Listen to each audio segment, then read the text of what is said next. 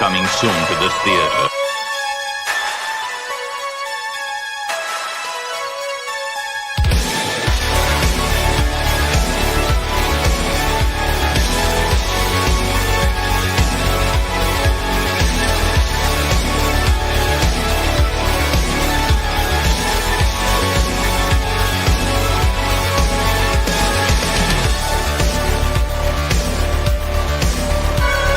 Coming soon to this theater.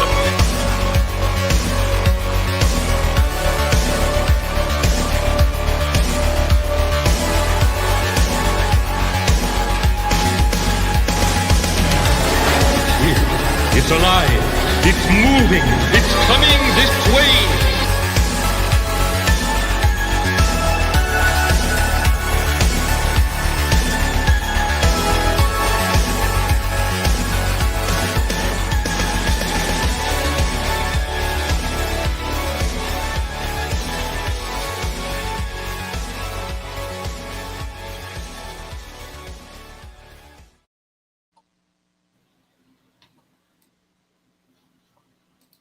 What the needs of all? I ain't seeing shit. I'm locked out of my own show. Oh no. Yeah, I'm locked out of my own show, man. It's just an overlay, B.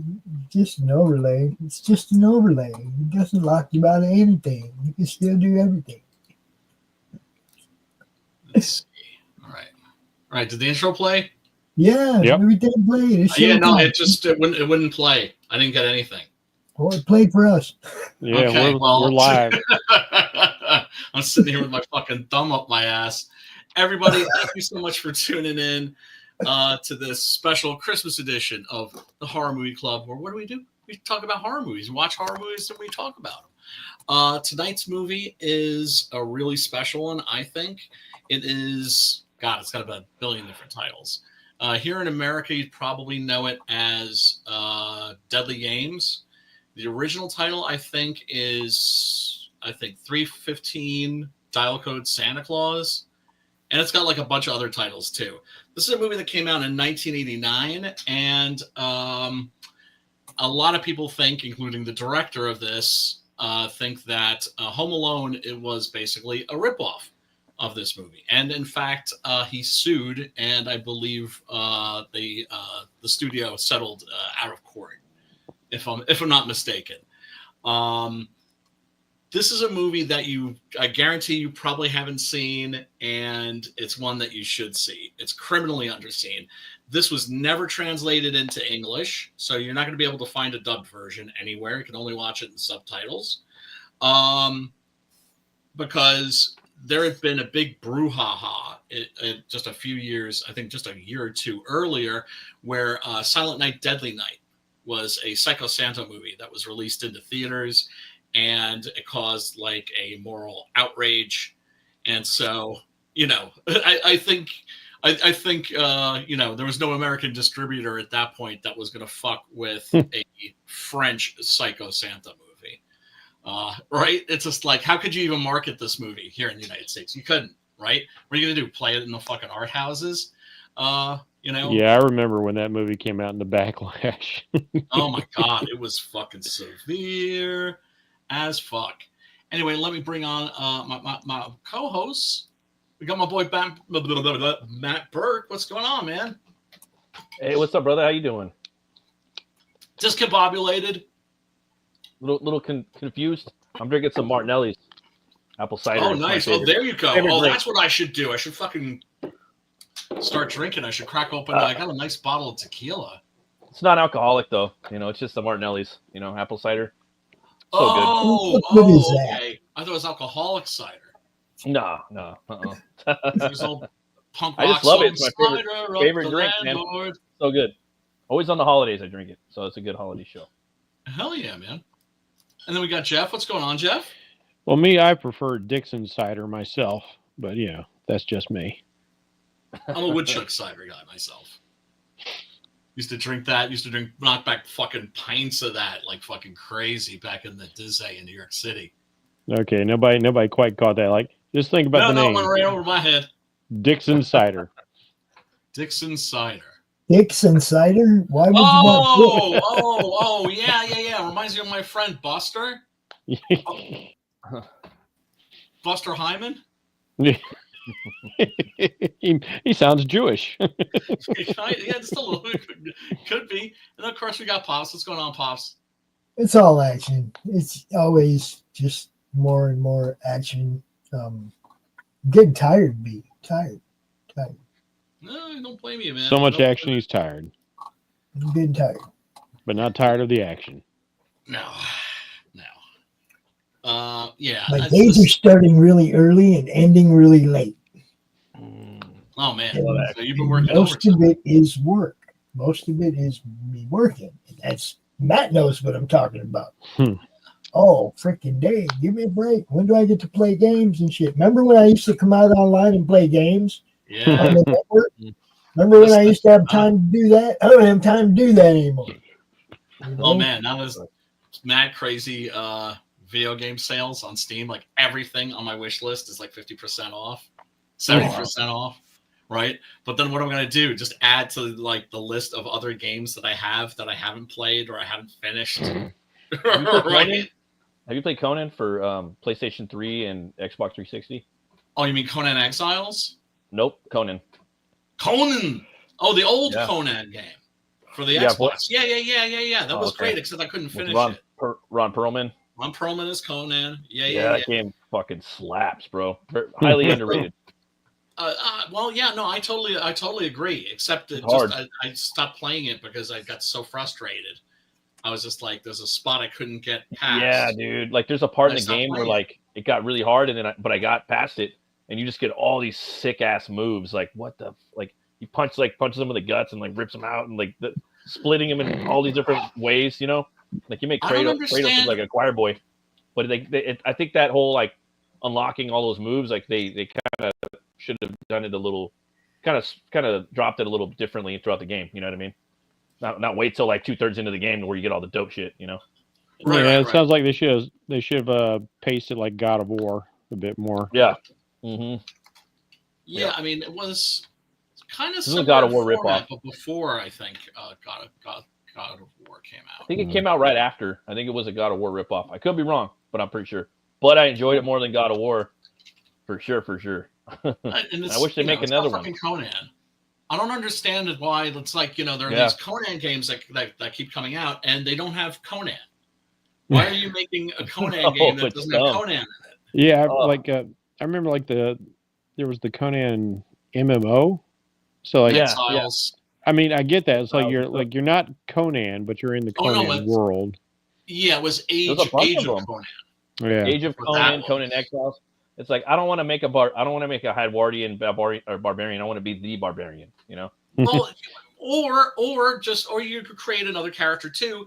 But really, it's just like I have to go out and I have to find slaves. I have to beat people with a stick, and then have them fucking build shit for me. I'm just like, I don't want to do that. I want to mash buttons and fuck people up, and go to towers of the elephant monsters and shit. Yeah, there you go. That's kind of what that game pressure was. enemies, see them driven before you, and you hear the lamentations of their women. Yeah, man. Let's be slaying snake men and dank temples in Stygia. Yeah, man. Yeah, well, that would be the cult. Yeah, they need to make it like basically like Grand Theft Auto or Red Dead Redemption, but give you more moves like God of War, and then they'd be. Oh, and then like you gotta have you gotta be like the Assassin's Creed Black Flag. You gotta have like a pirate side so you can hang out with Billet. Yes, you gotta be a corsair for a while. I mean, like there's still a lot of potential there. Like just tons. And it's basically it's got to be like Red Dead. Yeah, make it like Red Dead. Have Rockstar do it, and then the only thing is with those games, you don't have a lot of like combos and cool finish like moves that you would do in God of War. If they could do that with Conan, give him a bunch of moves, but have that massive like Hyperborea, dude, you'd be on. That'd be awesome. It'd be amazing. Yeah, Solomon Kane. What about a Solomon Kane game where it's not that massive, but you could go to like maybe you go to Africa. You go to England, but they're massive maps. You know what I mean? Like right. Like not open world. I mean, an open world Conan game you could do for sure. Yes. Open world Solomon Kane, not so much. probably you'd have 3 to do big more like of a maps, railroad you know? track thing with him. Yeah, I mean, like Yeah. you could run that more like Assassin's Creed. You know, like you got some Yes. big maps, but like not like the open world. And then you could build in the combos and things. That'd be so good. That would be dope. That would be dope. Anyway, we are of course going to be talking about tonight's movie, Deadly Games from 1989. Your French Psycho Santa movie that I think is the Citizen Kane of Psycho Santa movies, and is criminally underseen here in the United States. I only found out about it just a couple of years ago, actually. Let me play the trailer really quick. This is for, I think, the Alamo Drafthouse release. And I love me some Alamo Drafthouse. But yeah, because Joe Bob's said like they gave it his first theatrical recent release in America, I think. Yeah. Yep. Because I never heard of this movie. I hadn't either. I heard about it through you like a while ago. Yeah. I remember you. I think it was you and Preston were talking about it. And I was like, dude, that's I mean, I've always been a champion Home of this Alone. movie. Yeah, I've always been a champion of this movie. I think it's just brilliant. I think it's a classic. I think it should be regarded as a classic. I think it's a brilliant piece of filmmaking. Just the sheer artistry that's on show here in this movie, I think, is like virtuoso level. And also just the combination of the genres, right? Taking the Precocious Kid genre, which was about to become very popular with the advent of Home Alone, and then mixing that Home with Alone like a balls-out fucking horror movie about a psycho. What was that other one? You had Home Alone, Problem Child, a bunch of movies in that vein. Yeah. Peggy Sue. There was just like, well, not Peggy. Sue. There were a billion of them, right? Yeah. And The Good Son kind of ended it, I thought. Yeah, it's really appropriate that Macaulay Culkin started it and ended it. Yeah, he bookended it. That's a good one too. I Which watched one? it not too long ago. The Good Son. The Good Son. Oh, that's right. That's kind of like The Bad Seed, right? Yeah. Good horror movie, I guess. Mm-hmm. Good horror movie, I guess. Yeah, it's a good horror thriller, psychological. Yeah, I mean, he seems to have. It is horror, but it's not. No, well, I mean, The Bad Seed is too. Right, The Bad Seed is the original, except that was a girl, it was a murderous girl rather than a murderous. And then what's that other one? Whatever Happened to Billie Jean? Was that was another one too? Remember that one? Whoever slew Auntie Rue. Whatever Happened to Billie Jean or Billy Joel or something? I forgot the actress. It wasn't Billy Joel. It was Billie Jean, I think. Something like that. Betty Jean. That movie used to freak me out as a kid. What, The Legend of Billie Jean, or what the fuck? No, not Helen Slater. Helen Slater, not Helen Slater. Supergirl and Buffy the Vampire Slayer.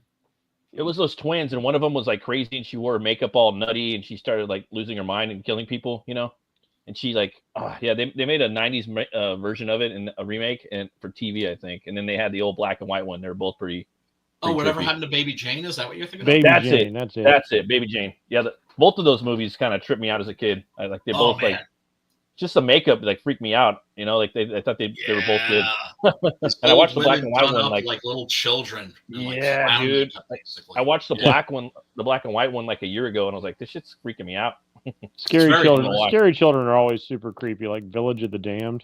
Oof. Yeah. Oh yeah. But she was a full-grown woman too, like you know what I mean, and like an old woman, but like an aged, she and Joan Crawford's characters are like old child stars. In other words, it's a horror movie about what happens when Shirley Temple gets old. Yeah. Yeah, dude. When two Shirley Temples get old. That's a good movie, bro. Like, it's amazing. I like that. The black and white one. Yeah, Betty Davis in particular is just fucking phenomenal in that. But she was always phenomenal in everything. Now, one of the things that's interesting about this movie is that it's directed by a guy by the name of René Manzor. And I honestly think that if this had gotten the attention that it deserved, that he would have blown up big. That he would have had a career in Hollywood, that they would have come calling. And I'm sorry, what'd you say, Matt? Whatever happened to the guy? Like, it looks like he was using a lot of bigatures in this movie, miniatures, Yeah. For like the mansion and just a couple of trap door drops and stuff like that. It looked like a lot of miniature work, I love it. Oh, yeah. Hell yeah. the special effects in this are pretty phenomenal, and he has had a very successful career. He has never stopped working in France. Okay, right? But he just never blew up globally. He never blew up globally, and also the French film industry kind of went the way of the Italian film industry, which is to say, it kind of disappeared, and instead, it's like the only things that the French are making and that the Italians are making is television. They're not. I mean, like the French had a resurgence and an unexpected one with horror in the early 2000s with films like High Tension and Inside and things like that. Yeah. Martyrs, Mutant. It's like a small handful. Is a really fucked up one. But that's the thing also about the French, right? And this is, I always snap on the French for this because I got mad crazy love for the French because they make like these incredibly dope comic books.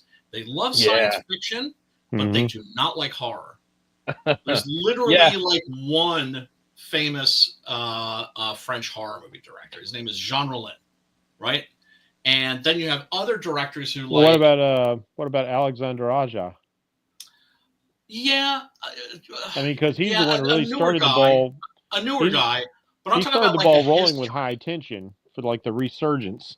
Yes, the French new wave of horror. Yeah. But I'm talking about like a tradition of horror. You had Georges Franju's like the classic French horror movie, the Eyes Without a Face. Oh right? yeah, and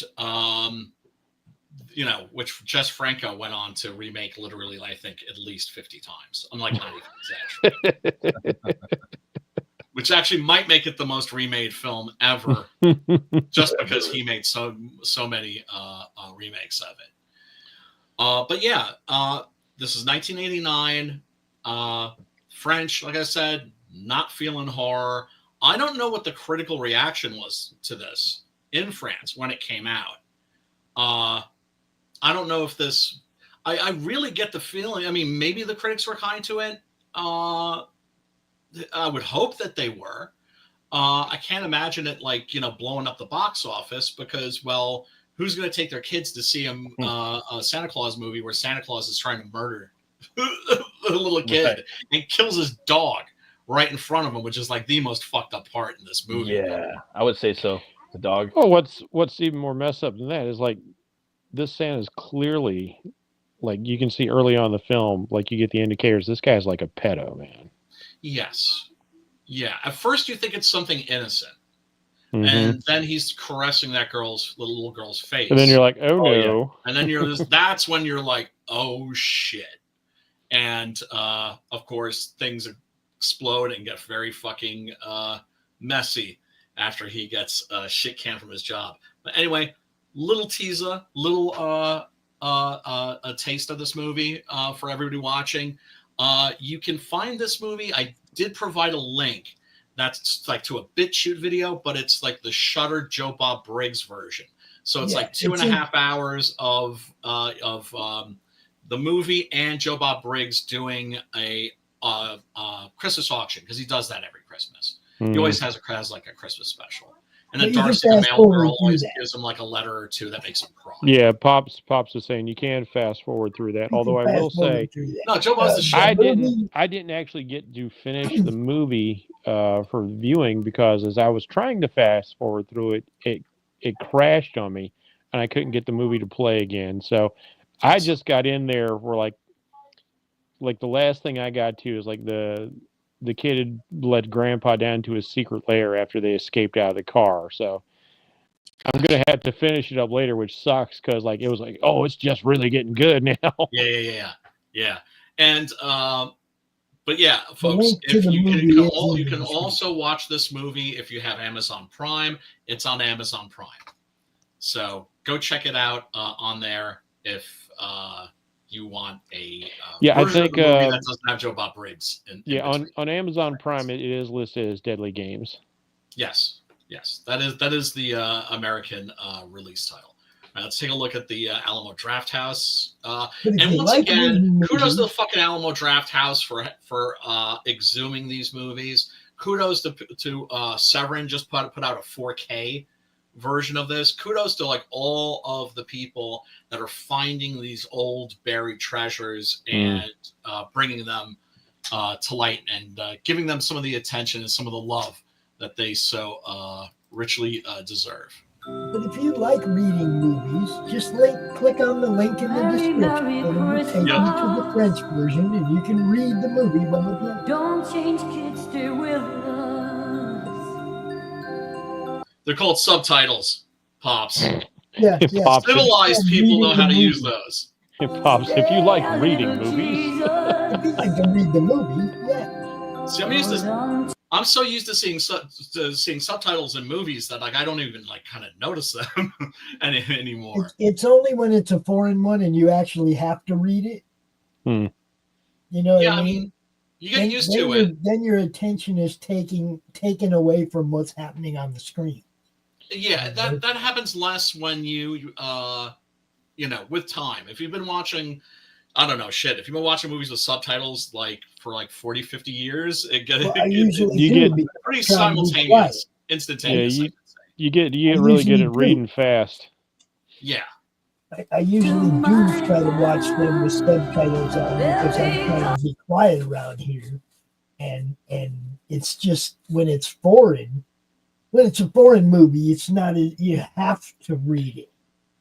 Well, those are the only movies. Those are the only movies I watch with subtitles. Are the foreign flicks. So but I don't have to be quiet.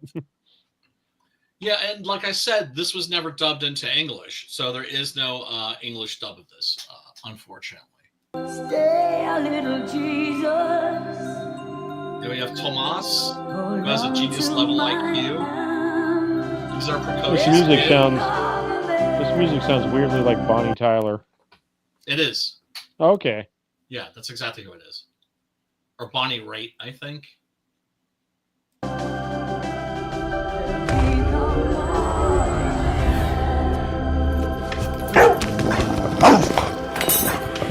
And Joe Bob is wrong. If I'm not mistaken, that's not a cake knife. It's a pâté knife.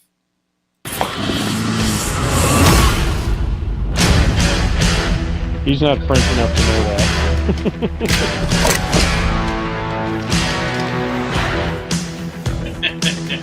I love this montage. Oh, kid's so Prisoner of a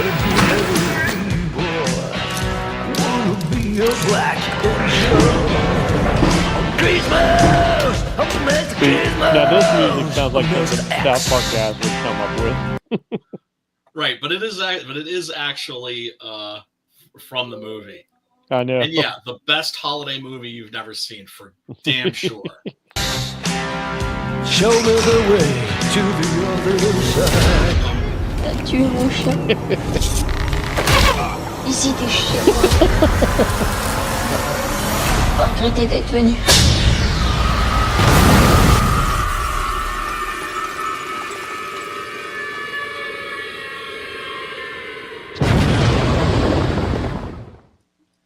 And I just love that image of the snow globe, right? That's the first image that you see in the movie is of the Eiffel Tower and a snow globe. Mm-hmm. And, this tinkly Christmas music, and then it gets run over by a truck. And it's almost sort of like a mission statement of the movie. Yeah. Right? It kind of lets you know. Right. Sets the tone. It does. Because at its heart, this is a really sad little movie. It's very sad. And it's funny too because pretty sad. The way it starts out when you're focusing on the kid, it feels very sweet and very heartfelt. Yes. Like he's such a neat kid. He's got a very loving family around him, and he's super creative. And I love how his mom, he's so smart, but he still believes in Santa Claus and fairies and all this stuff. And so you're like, if you took out this guy, this would actually be like a really sweet family film. It would be Home Alone. Mm-hmm. Yeah. Right? Mm. And then, of course, he lives in this labyrinthine house. Yeah, that's cartoonishly when I saw that he had built, when I saw that he had built trap doors, I was like, okay, this is Home Alone. This is wait. He's built trap doors with nets to catch his dog. And then you find out when he's working on the car, like, oh, this kid's he's like Tony Stark, man. He's an engineering genius. Yes. Yeah. He creates At one point, he creates a computer model Yes. of the entire house and has everything on cameras because, of course, he's a little kid. And, like, you know, there's that wonderful scene where basically we're introduced to him where he is gearing up Rambo style. I love right? that. Where he's like, Yeah, he's in the working beginning. out, and he gets himself all oiled up like fucking Sly Stallone, right? Yeah, I was like, what the? There he is. He's painting There he is, camo on his arms. Sharpening his John his Matrix plastic knife. Right, and he's throwing the fucking boots on. Got that fucking look of grim determination on his face. And then he starts fucking putting the fucking camo on his face, like fucking Arnold and Commando. And he's just ready to go to fucking war. It's great. They're like, so much of this is such a love letter to the 80s, including the fact that he is rocking a really sweet mullet. He's rocking a really sweet mullet. He's rocking a really sweet mullet. And, you know, it's just like, it's interesting because this this young man is actually the son of the director. His name in this is Alain Lalane. I think Alain Lalane is his real name, and in this he's listed as Alain Musi. And I think the only really sort of famous actor in this is Brigitte Fossey, who plays his mother. And she was like a French movie star, I think, actually had started out as a child. And then, of course, we have Patrick Florsheim, who is fucking amazing as the fucking maniac in this. I mean, it's an incredible performance, like really nuanced. But yeah, it's just like he's like playing little games with his dog, and the dog's totally adorable. He's just like throwing little fucking Velcro ninja stars at him and everything. Velcro ninja stars. Yeah, and the dog, of course, is just putting up with it because, well, dogs understand that little kids are kids, and they let them get away with fucking murder.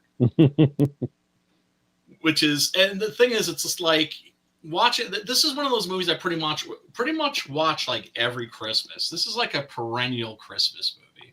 Like it's your movie, huh? Oh. This could have been like what's that director did all those like sweet kids films like Crisscross. Oh, are you thinking of what? No, John Hughes did. John Hughes. Yeah. Yes. This without all these like psychological or thriller elements, this could have so been a John Hughes film. Oh, for sure. And as a matter of fact, it was. True enough. Yeah. Usually I would say parallel development, but in this case, it seems like this actually was an inspiration. Yeah, there's a lot going on that like very similar.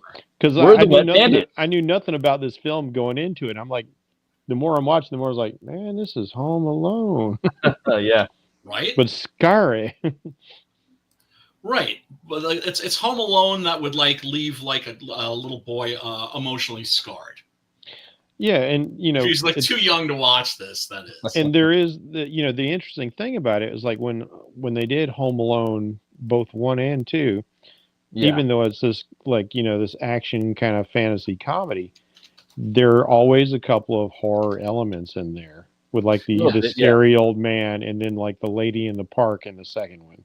Mm-hmm. Right. And then like also the furnace in the cellar. Yeah. And also the keep the change, you filthy animal. He starts thinking of the gangsters and it just scares him. Mom, what up, Rex? Long time no see. Thanks for stopping by. Devil Flyer. Go back it. Oh, what's up, dude? Fun of my comic. Absolutely. Everybody that's hanging out, thank you so much for hanging out. We do appreciate you. Spank that like button, hit the subscribe, ring ding ding dong, the bell for notifications. Hook a homie up with some subs for Christmas. We are, of course, a comic related stream. So one of the things I always do is I always look for art and movie posters and everything. Oh, nice.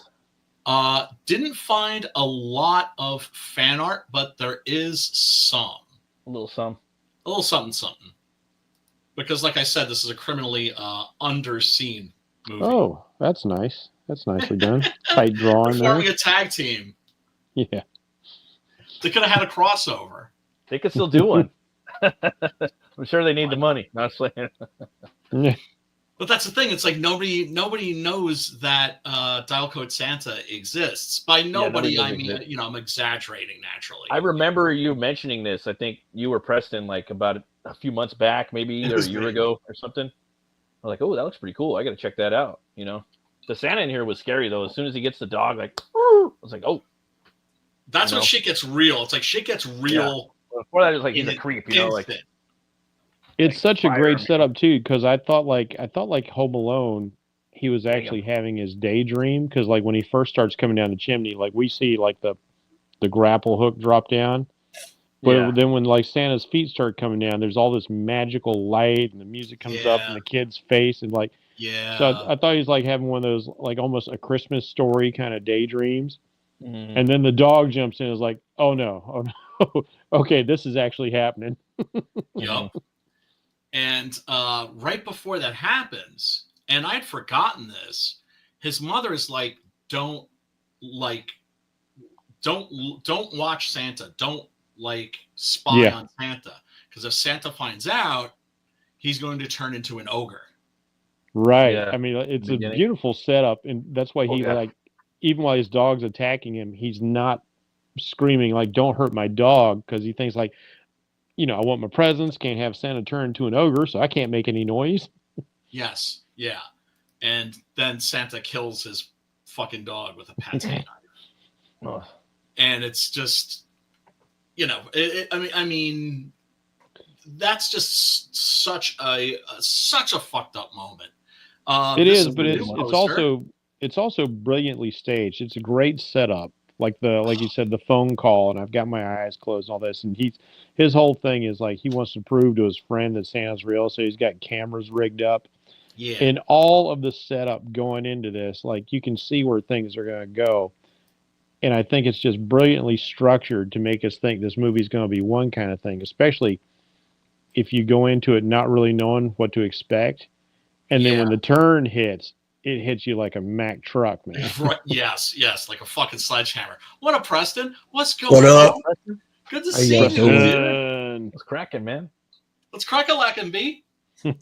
Stuff. Stuff. That always makes me think of Hardcore with George C. Scott, where he's like a woman who goes to look for his daughter who's become like a porn star in LA. Oh, damn. And so he pretends I remember that one, yeah. I watched that movie once, I'll never watch it again. Oh, it's brutal. Yeah, that was a fucked up movie. You don't remember that other movie, The Stuff? Yeah. Where people ate it and it ate them from the inside out. Yep. Oh.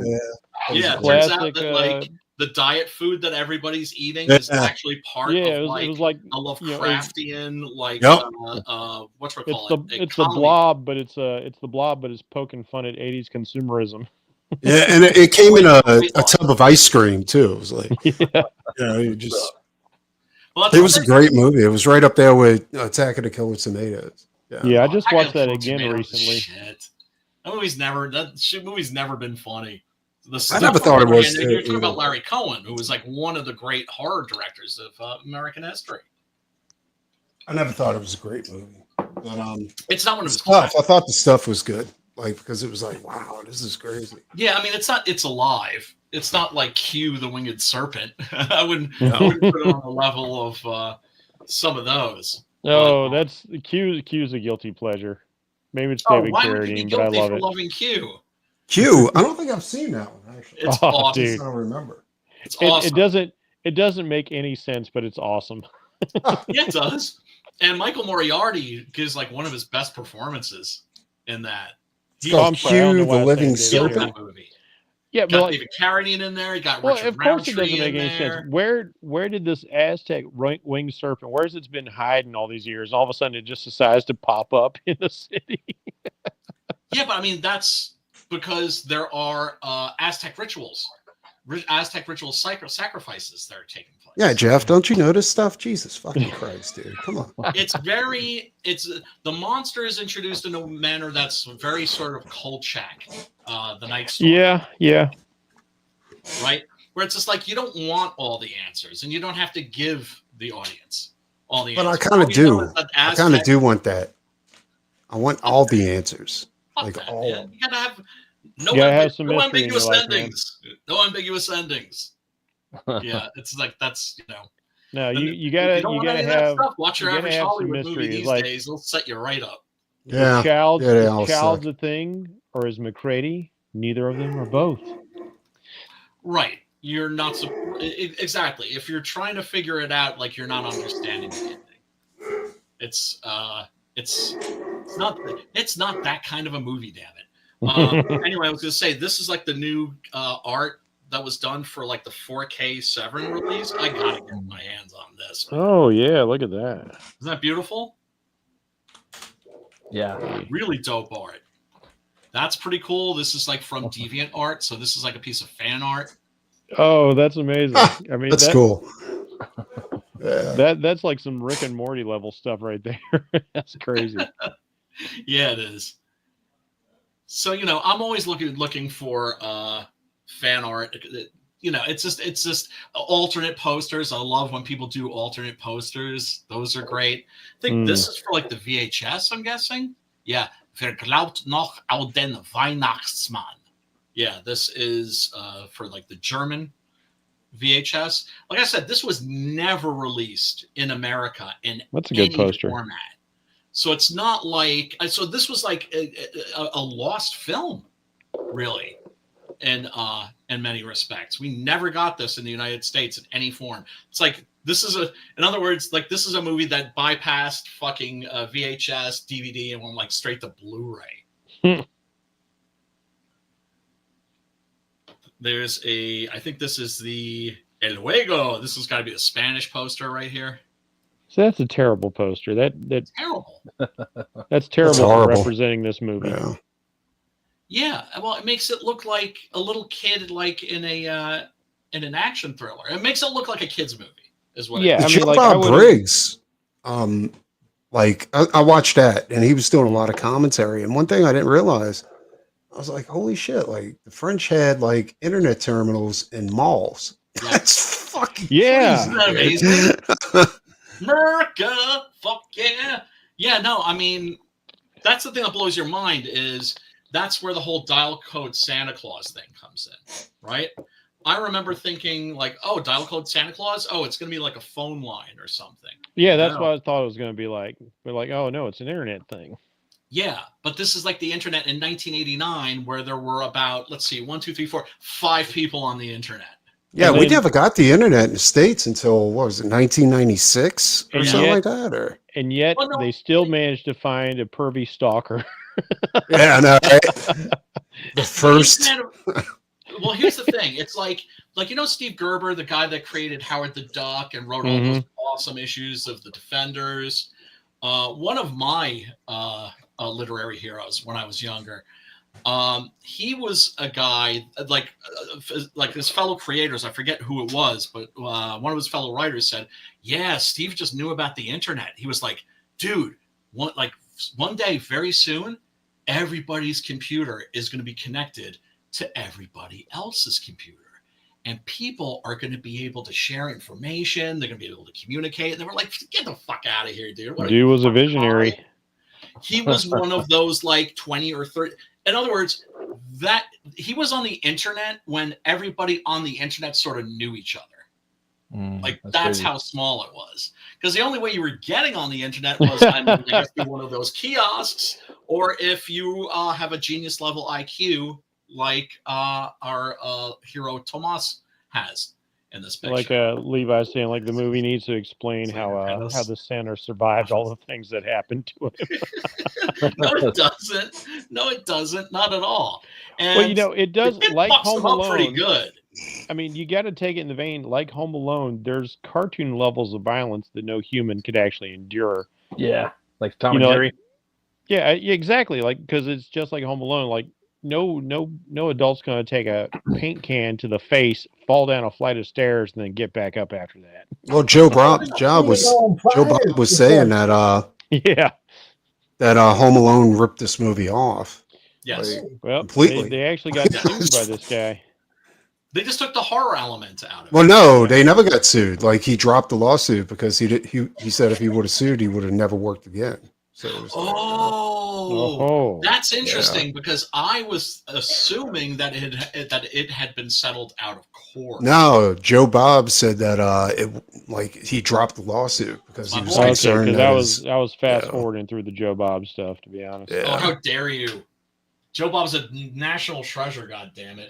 Joe Bob, but I had tons of information on this bullshit. I was like, holy crap.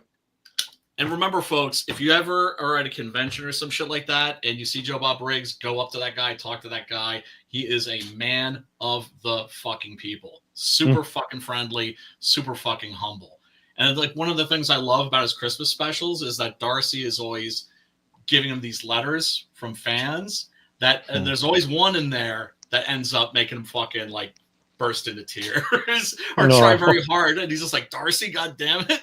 But it's like he was one of those guys that didn't realize that he had an impact on people's lives. He thought he was just like this jack-off drive-in movie critic and didn't realize that Monster Vision and the other shows that he did, helped a lot of people through some fucking really dark days.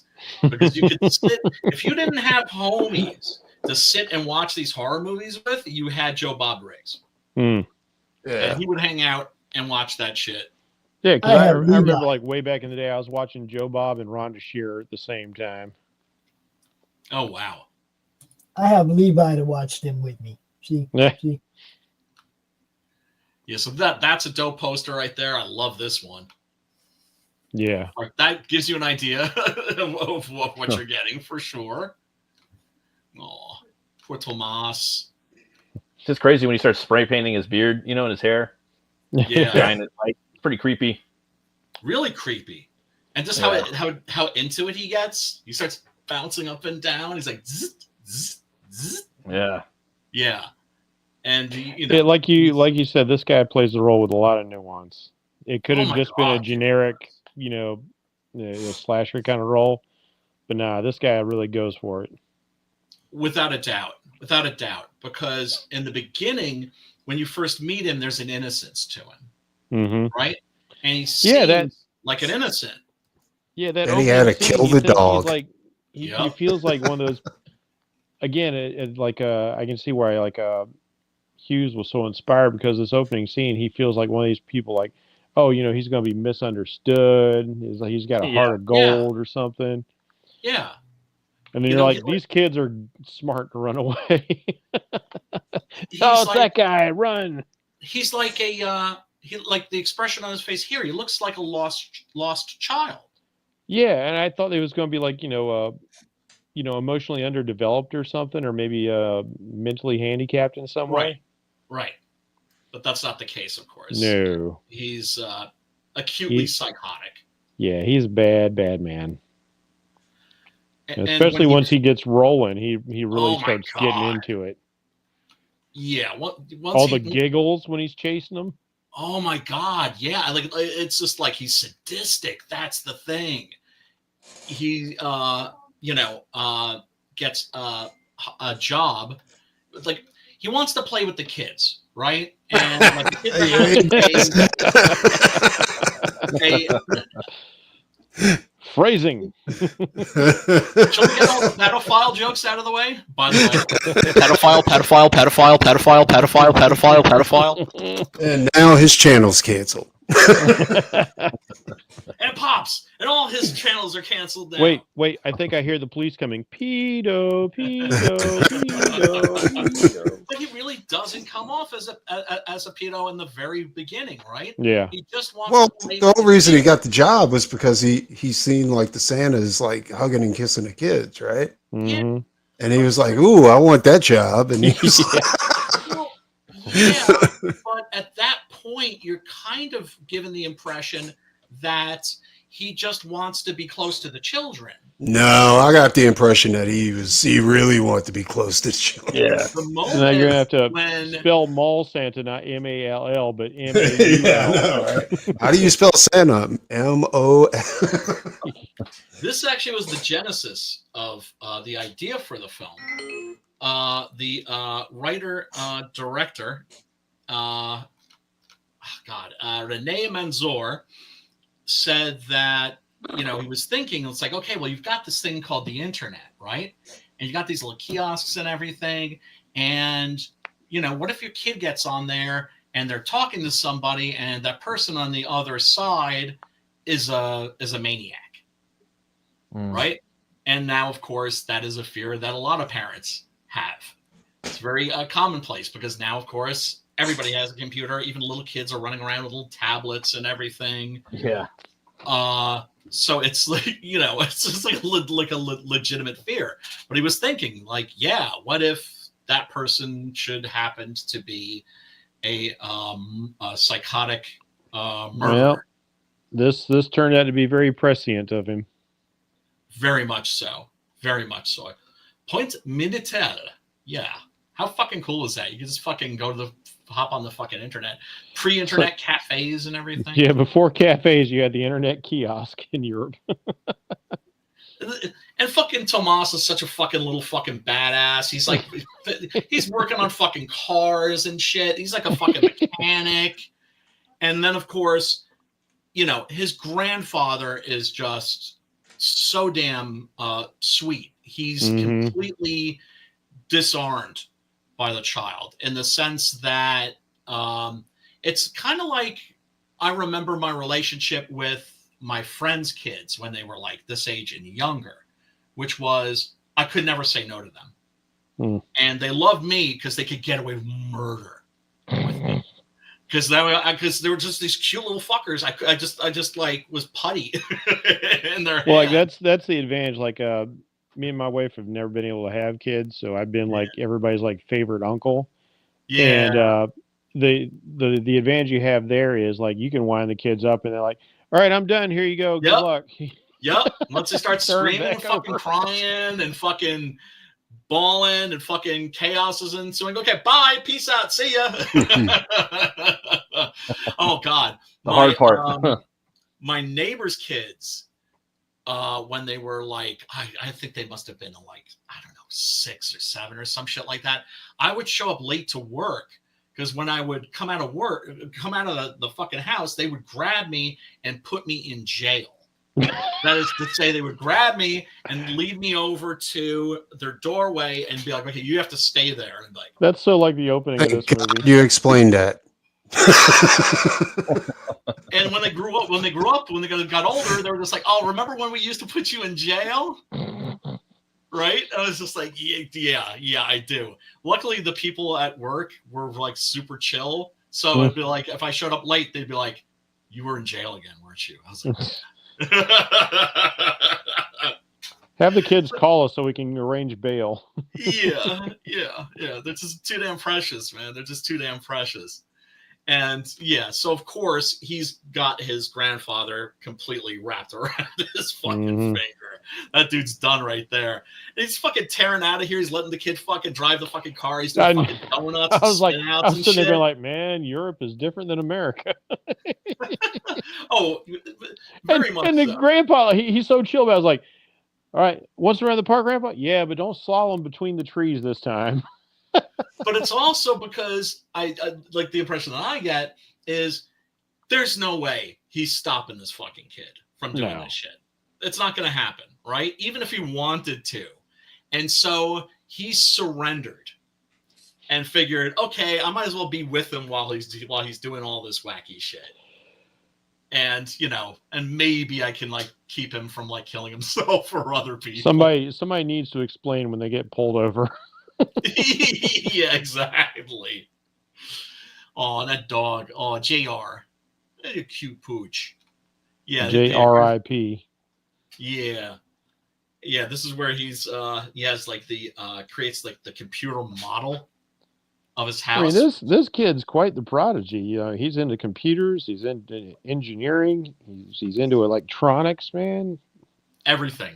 He's got mad skills. He's Tony Stark in the making. No, he really is, because it's mentioned like his mother's boyfriend, whom of course he can't stand because he wants his father back, is like your kid's got a genius level IQ, so of course he's gonna get into trouble. It's like you have a genius level IQ plus 9-year-old, shit's gonna happen.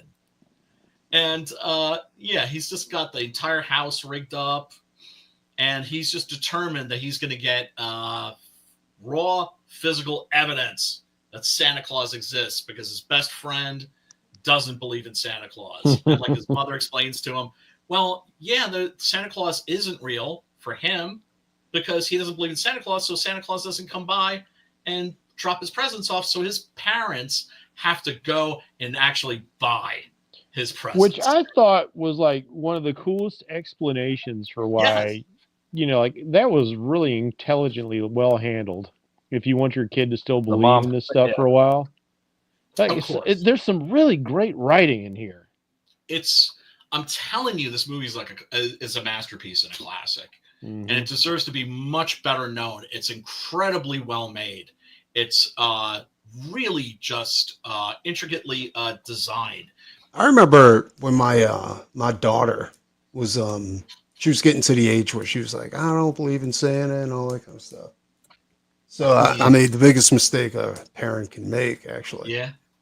Waited till she went to sleep, posed over her like this, and then photo edited Santa, like with my hand around Santa's shoulder, and we're looking at her.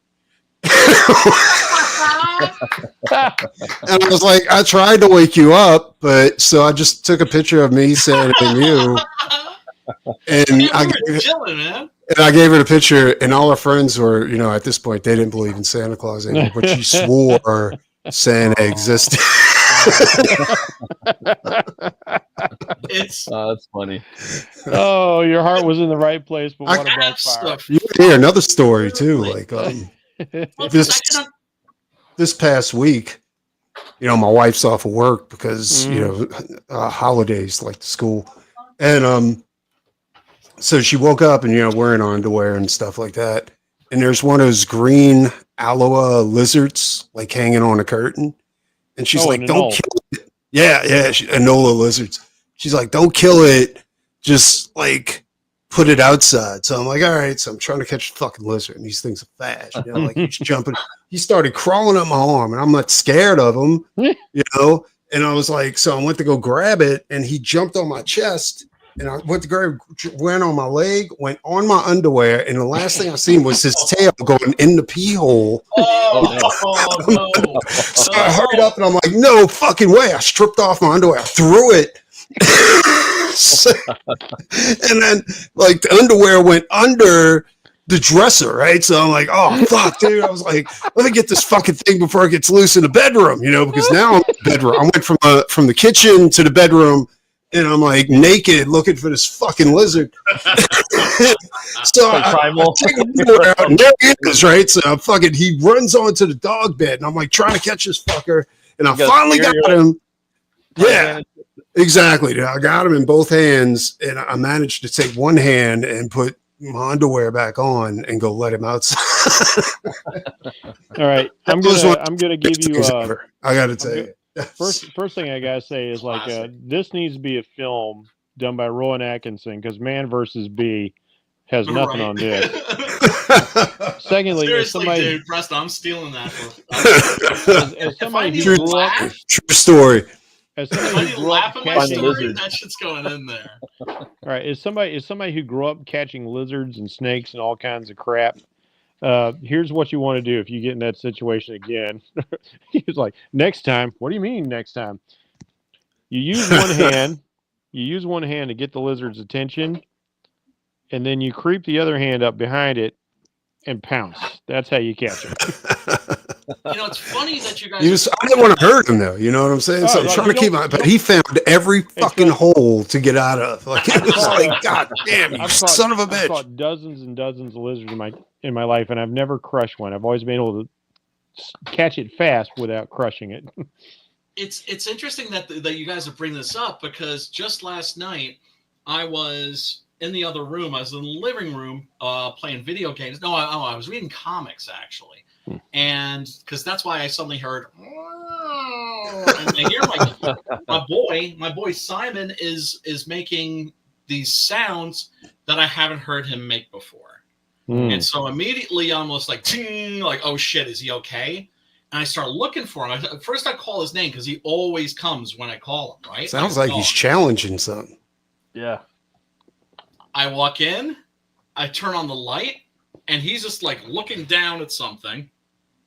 And I come over and I look, and it's a fucking mouse. Oh, wow.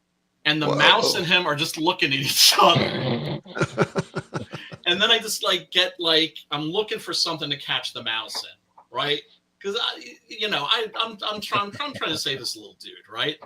And so I got like the top off of a plastic cap that goes over, like, it's to buy like the big racks of fucking CDs. Yeah. I grab one of those, and it's like this, and then just fucking the mouse just goes, takes off, mouse hunt. Don't know where he is now. I'm gonna go those little heart traps or something. What was that? It's like Mouse Hunt, the movie Mouse Hunt. Yeah. You gotta get some cheese for that fool, man. With Nathan Lane. I'm always catching around here is crickets, man. There's so many crickets out here. Oh my god. I'm always like cupping them, like throwing them outside. Like, I need a lizard to feed these things too, man. Come on. It made me think of this guy. This was on NPR back when NPR was awesome. Back in, like, I don't know, the early 90s or something like that, right? Now, of course, it's dog shit. But I remember hearing a story by this writer, a Southern writer, and he was talking about how he lived in this really old house. And there were all these animals living in the house with him. Like, there was a snake under the floorboards. There was like an owl, right, in the attic. There's just like shit in the walls and everything. And he loved it. He thought it was just like, it was cool. He was just like, yeah, I'm not a selfish motherfucker. We can all chill out together. That's how I felt about the mouse, right? So I guess he must have just like come up here because it's bitter fucking cold in New York right now. And these houses are old. I'm talking like one of the houses on my block is from the fucking 1796. Yeah, that's old. Right? I was going to say 100 years. Like, damn. A lot of the houses around here, like I'm on the main street, but the suburbs, the houses over here, a lot of those have external they've got the old the air conditioners in their windows, and then they got like propane heaters and shit like that, because those houses are so old. They were never designed for central air condition and central heating, because there was no such thing as central air conditioning and heating when they were built. Damn. But so I'm assuming then this place is old. The fucking floors. Yeah, my grandmother's kind of a little sloped.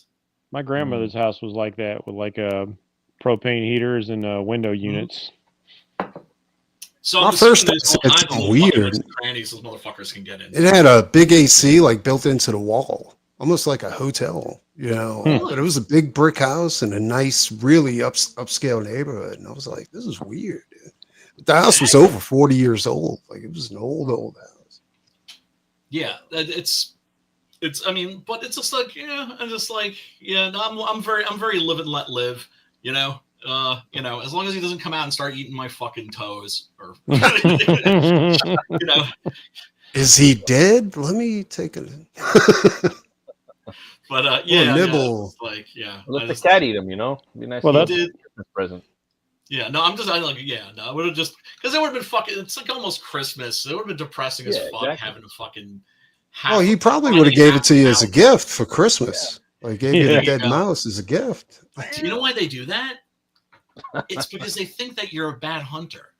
Yeah. Really? I thought it was because it was a sign of respect. Like, no, it's because they offer. Suck. Yeah, they think. They're psychopaths, man. Cats are psychos, man. Well, I mean, they're killers. You call yourself a hunter. They're built to kill. Have your dinner. You see, somebody made a meme of the new Superman trailer. Like he's in the snow and he's bleeding to death. Yeah. The that was what he did to the kitty? Yeah. Oh, man. Oh, that was... Oh, dude. That's Yeah, looking at him, and he just rots and dies in the fucking snow. Because he's sitting there going like, instead of like whistling for Crypto, he's going... right. Next frame, he's a skull. Gotta admit, total non sequitur. That fucking that trailer. Yeah, it got me misty eyed. It gave me the feels, like for sure. Yeah, I thought it was cool too. I usually hate this, like Craven. We seen Craven, and I was like, this is a fucking. I'm sorry. Go ahead, Preston. No, it was like as far as a Marvel movie. At first, it started out pretty good, but then I was like, he's kind of a Mary Sue. Like, you know what I'm saying? Like, I was like, I wish they would stop. I wish they had stopped trying to turn Spider-Man's bad guys into good guys because. Who's he supposed to fight? You know, these guys are all bad guys. Venom. Well, Craven's not supposed to have any superpowers, but the dude's like Superman. Like he falls from buildings and shit like that. Yeah. No, dude, Craven's always had superpowers. He drinks a special jungle juice. Oh, that's right. Kind of like Black Panther. He's like Black Panther, man. Yeah. He's got a special jungle juice, and he can tackle lions. Got some lion. Lions. Yeah. Now I remember. You're right. God, I was just like, he was like OP, like for a Marvel, like cinematic character, you know? Yeah, but like they do overpump them because like you look at Captain America and Red Guardian, all these cats running around the super soldier serum. Cap ain't that strong in the comics, you know. He's not holding down helicopters and crap. Let's face it, he probably just had some Nazi crackers or meth, you know. Some Nazi crackers. It's a little bit of roids kind of mixed up. Same stuff that the Nazi crackers. I like that. You know what I mean? Like the meth that they were having, the Nazis, you know. I love it. I love it because it's like you've combined Nazi with like the old white person slur or cracker, so like that's as bad as white supremacist as it gets. Like Nazi crackers. Nazi crackers. It sounds like something Chris Rock would be saying in one of his shows, like doggone Nazi crackers everywhere I look. Leibach, the band Leibach has a song called Nazis on Crack. That's funny. And there's a video for it too. It's killer. Funny because Leibach is the shit. But you know, they ended up giving, of course, methamphetamine. The Nazis gave the meth to the Japanese to give to their fucking kamikaze pilots. That'd do it. I didn't know about that. I knew about the front, like a lot of the front lines were taking this while they were marching through Europe a lot of the time. Yeah, you know what? If it were me, I would be fucking popping speed too. If there was, well, I'll tell you, I knew one of the people in my unit was talking about her uncle's in Vietnam, and she said that according to him, they would give them something. They said like they would go out and patrol for 7 days without sleeping. They'd come back and they'd give them downers, and they were just out for 3 days recovering. Yeah. Well, no, I mean it's documented that the Air Force actually does give their now they give them methamphetamines to be able to. Yeah. Well, I'm assuming it's not methamphetamine. I'm guessing it's like some sort of stimulant, though. Yeah. Well, it's got to be something powerful because these motherfuckers don't sleep. They fucking, they're not tired. Yeah, it's fucking. Have you guys had the new Vietnamese coffees? They're like a lot of like these boba shops are having. Like no, not right. Did you see Midway? Boba? Did you say boba tea? That's cultural appropriation. There's a big one though, a big chain out Drop here. my nuts in your mouth like boba tea. 85 degree. It's a Japanese bakery, but they have boba there. But a lot of like these tea houses, and pho shops, they have Vietnamese coffee, and there's 6 shots in there, bro. Of Jesus Christ! So I had one yesterday. Flying on that. I'm like, all right, I'm gonna have one. So I only had like 2 of it, like a quarter of it. Sorry, and I'm driving, and I know where I just get like I get all this energy. I just felt like punching my steering wheel, dude. Like, cause I had so much energy, I didn't know what to do with it. I was happy too, though. It was like, like it was crazy. But so I was like, all right, I'm gonna put this thing down, And then me and Brian. Did you guys see Midway on Netflix? Oh, is it the new one or is it the new one? Yeah, it's a new one. I haven't seen the new shit. It's fucking badass, dude. That's fucking great. Tora. That's a great movie. That's got some amazing fucking. Oh, Tora, yeah. Yeah. Yeah, I don't know about the That's a good Superman movie. trailer though, man. I was hoping there'd be a little more, like a couple, like a little more punching and kicking and throwing and shit, or I don't know, like some fights. Well, in there, it's you know? But it you was more see of a- Guy Gardner, you see fucking Yeah. Mr. Terrific, fair Yeah, play they had- on his fucking jacket. Hey man, That's I gotta be Yeah, man, honest. that's like Like done. they That's stay like pretty great close stuff. to the costumes too. Yeah, Like, there's- I was there's like, even, this is who's there's doing even this movie? Metamorpho in Like, there. It's Yeah. He's got to be a fan. yes. I'm Well, saying, James like- Gunn. It's James Well, The that's Gunn. what only he does. thing- He does like the team only thing movies, that you looks know? radically different is Ultraman. Oh yeah. I'm thinking Ultraman might be Stealth Bizarro. Who's the Green Lantern guy in there? The Like one with Guy the, Gardner, Nathan Fillion. Yeah. because he looks like crap, dude. I'm like, why is he wearing a white suit? With a, you know what I'm saying? He's got a He's- bowl Like, cut. here's a jerk off. The If you suit didn't he's know. wearing, the suit he's wearing right there, I've been told is like something from Maxwell Lord, some Maxwell Lord tech. He has that bowl cut. Yeah, I was like, this looks weird. Like, That's the Yeah, bulk I up don't from know. the Yeah, you know comics. why it I've looks always hated weird? it, but that's part of the troll. That's part of his character. That's He's- part of his douchiness. You know, Yeah, He had that you know bowl what was cut weird for about like the 15 trailer? years. It was very comic booky.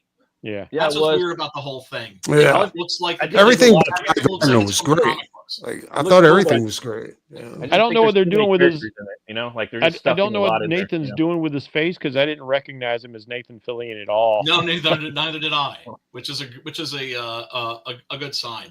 So And when I look at that, like his expression looks just like the kind of stuff Kevin Maguire would draw for Guy Gardner back in the day. right. So he's nailing it. Yeah, no, for sure. It looks like what James Gunn is going to do. He's going to do what Grant Morrison did.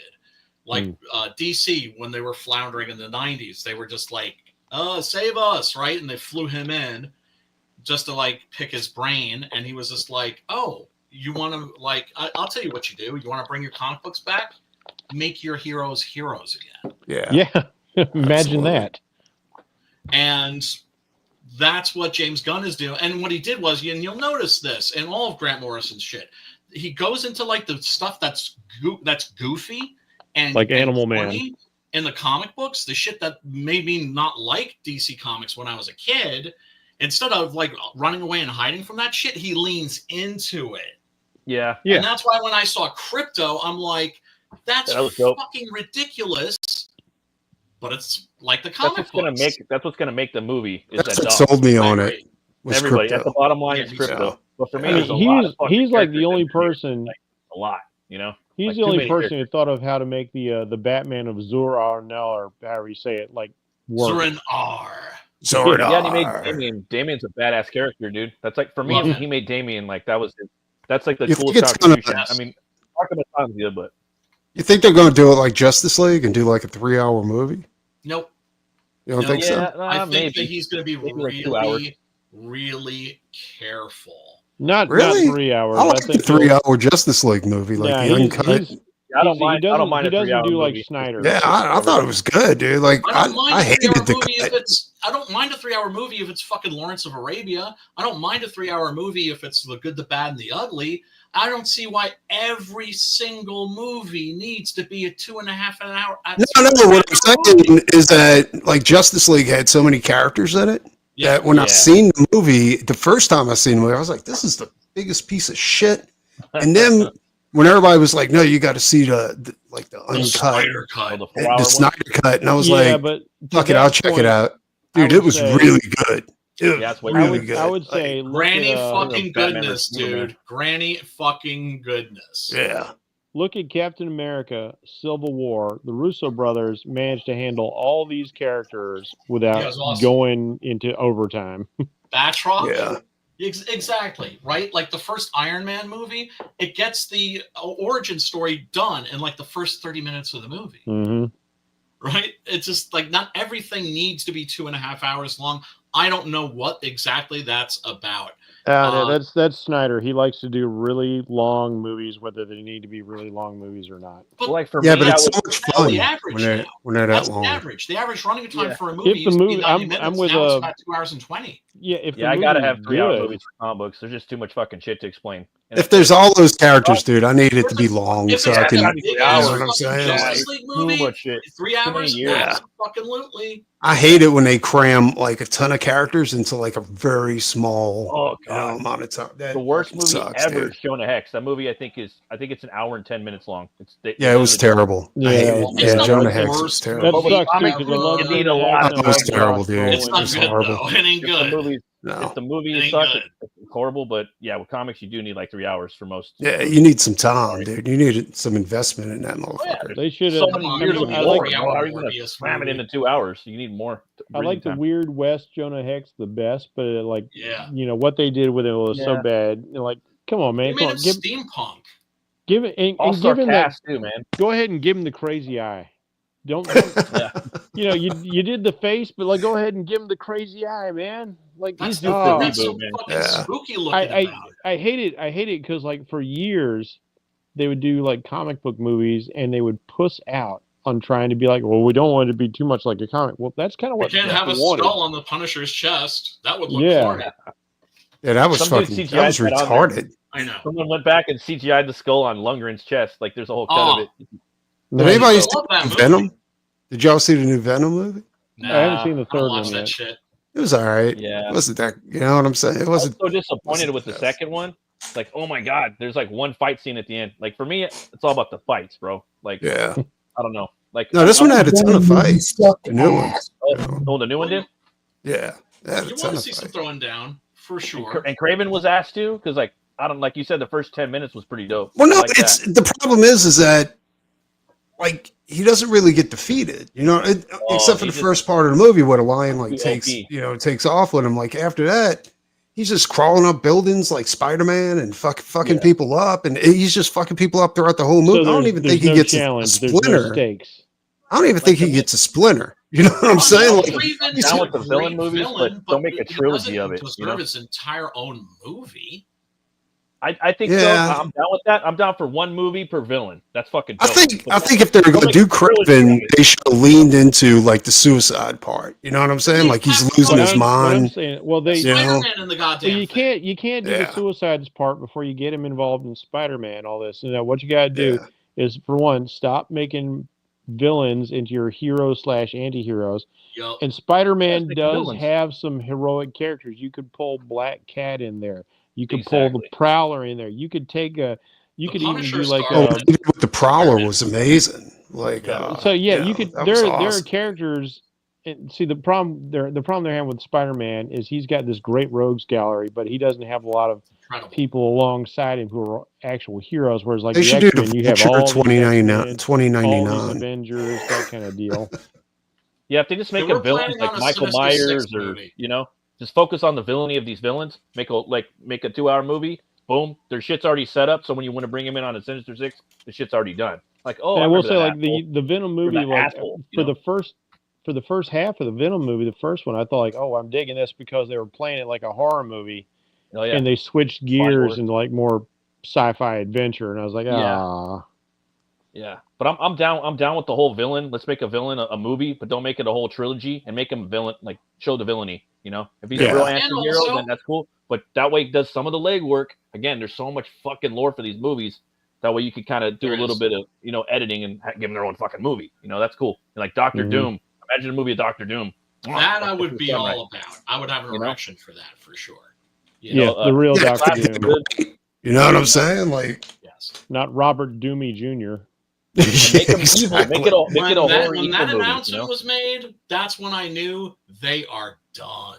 Yeah. It's over. Yeah, that was horrible news. It's a fucking wrap. I was like, that was the only too. thing I was hanging on to because like the MCU basically ended for me to Endgame. Everything else has kind of sucked. Yep. And then it's like my favorite villain is Doctor Doom. And then that announcement, okay, I'm out. I'm not even giving not anything just to my watch favorite anymore. villain, my favorite comic book character, possibly. Really? Yeah. From Marvel, Absolutely. probably. He's one of the few characters where I collect the toys, right? Yeah. Like I've got a Yeah, million dude, he's Frankenstein monster toys. I also got like a million Doctor Doom. they should do an old Doom and let Anthony Hopkins play him. That'd be That'd awesome. be pretty cool. I think Vincent Perez would be great if you could get somebody that has an accent, somebody that could pass. Mads would be good. as Mads would be pretty dope. as a Mads. It's. I mean, they can do it. They've already used him, but Fassbender would be a good Doom. I think Mads Mikkelsen was my first pick for Doom, and they kind of threw him away in Doctor Strange. He did a lot, and then Vigo would too. be good. Vigo's kind of short, but he would be dope. He'd be dope. Mm. Vigo could do anything. But there's a lot of dudes. There's a He's lot of Vigo. Hey, Vigo. The dude who played Dexter would be a good Doom. Yeah, but that's all he does, though. Like, he's just Dexter. Like, that's all he does. He did one Batman cartoon, was pretty good. Did he really? Like a bat shit! where he's a bat or a vampire. It was a Bruce Timm's alternate take on the Justice League. Superman was. It's Gods and Monsters. Gods and Monsters. That's it. Yeah. They should get Mel Gibson to play where it's Dr. Doom. Kurt Lang doesn't become Man-Bat, but he becomes Batman. He's kind of a Morbius. Yeah, it's dope. Yeah. I really like it. I love those movies. Guess what time it is? Is the week in horror. The week in horror. Going out like Butch Cleaver, bro. Damn. Going out fucking hard. Going out with the swine. Was that Night of the Lupus? Night of the Night Lepus. of the Lupus. Night of the Lepus you're thinking of. Yeah, that's what I thought. Gigantic Those bunny are like rabbits. giant rabbits. Yeah, all soft and cuddly. Hail Bloodline. Thanks for stopping by. Just demolishing like these like miniatures, like real bad looking ones. Oh yeah, no. Night of the Lepus is a fucking pisser. There's a couple of movies I think I've seen, horror movies, where like that will be on the TV in the background. There's at least like 2 or 3 movies I've seen where there's old chilling in the background.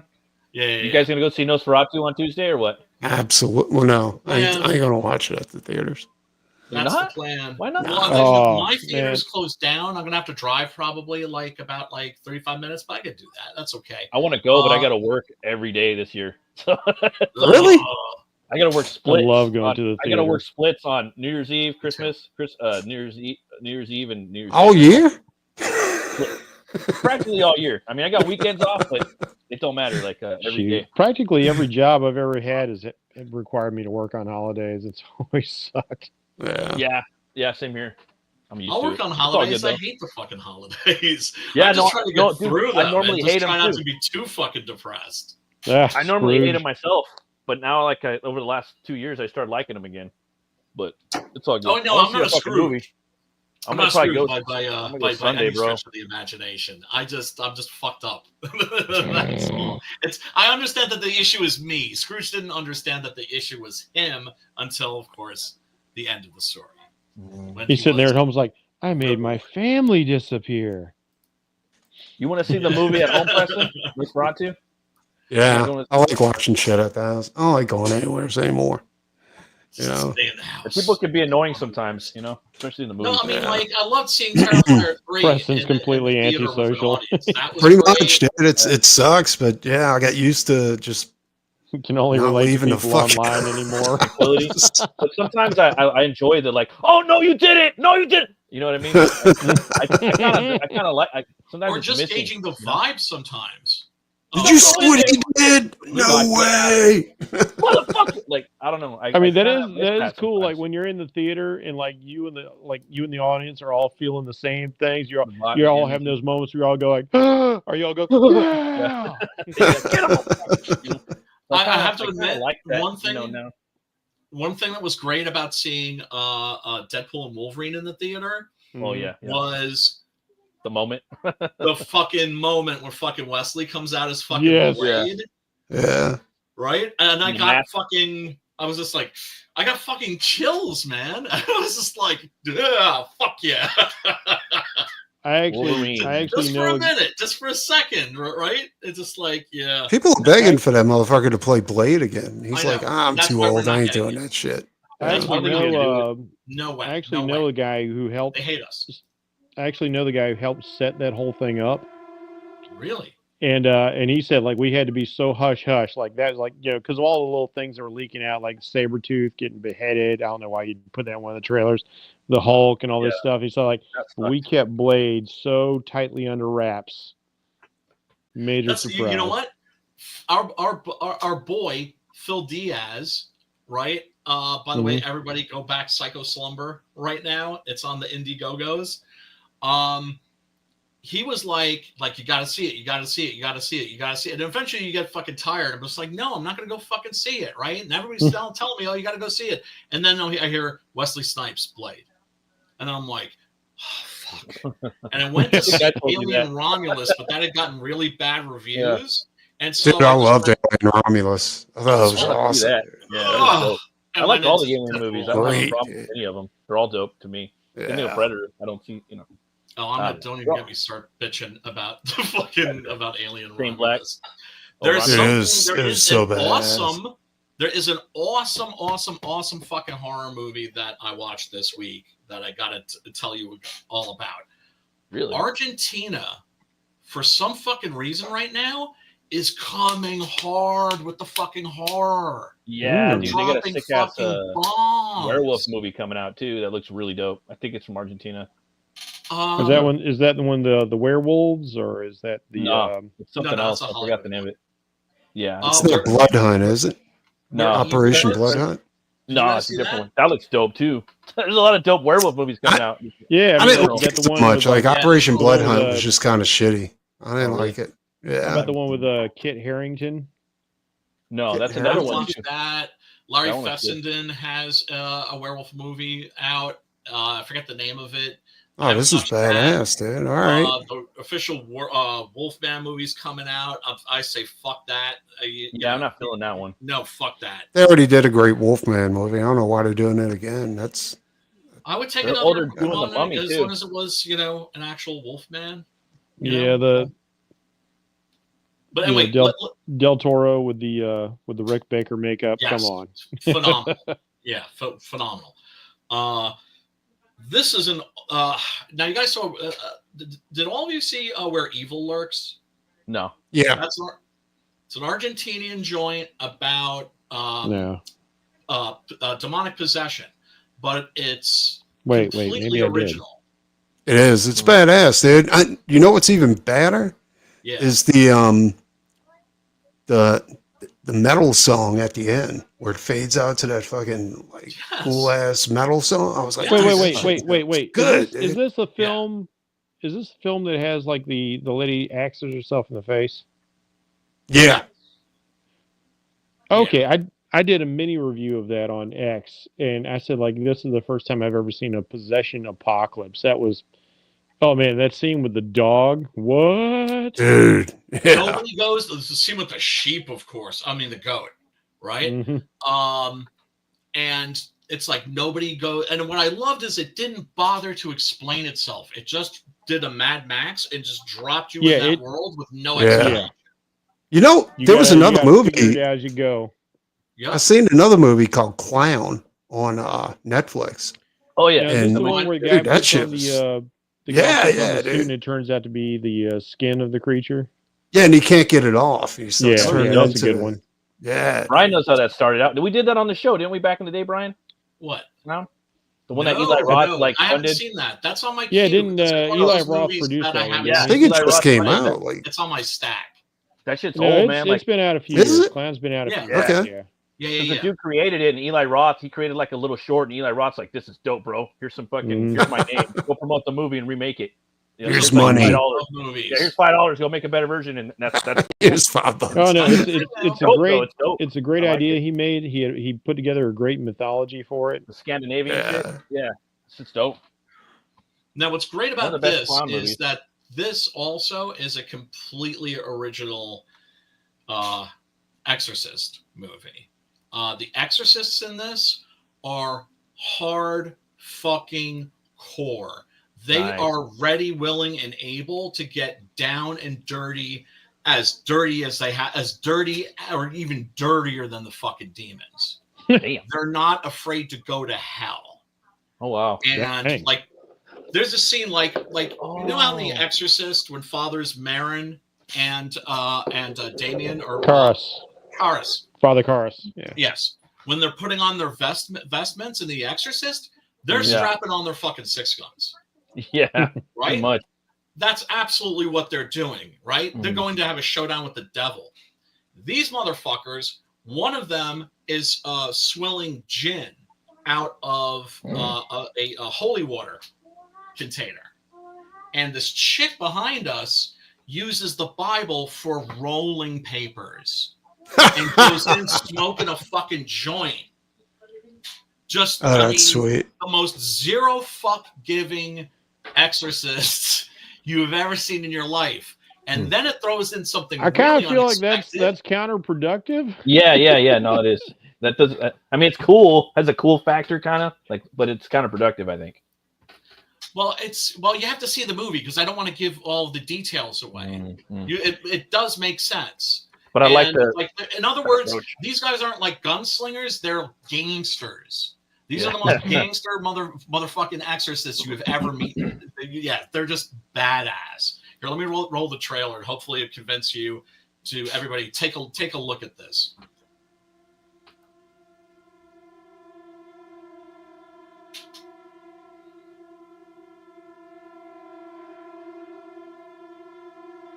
Morbido Film Festival. Did you notice all those horror movie festivals? That's fucking awesome. Horror blowing up fucking bigger than it ever has. Bloody Disgusting, Screambox, yeah. You should be going to those festivals someday. I know. It's just I've always dreamed of. Once we get our shit together. Yup. Start taking our fucking comics over there. Yup. Absolutely. That's what I was thinking too. And also, maybe if we could get over there for fucking Vakken open air, that would be awesome. But yeah, look at this. Oh God, the creature design in this is crazy because this movie also throws in an element that's completely out of fucking left field. Lovecraft. Whoa, Lovecraft in a possession movie? Yeah. Ooh.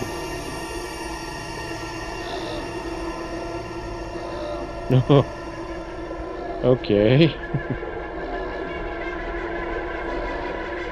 Right.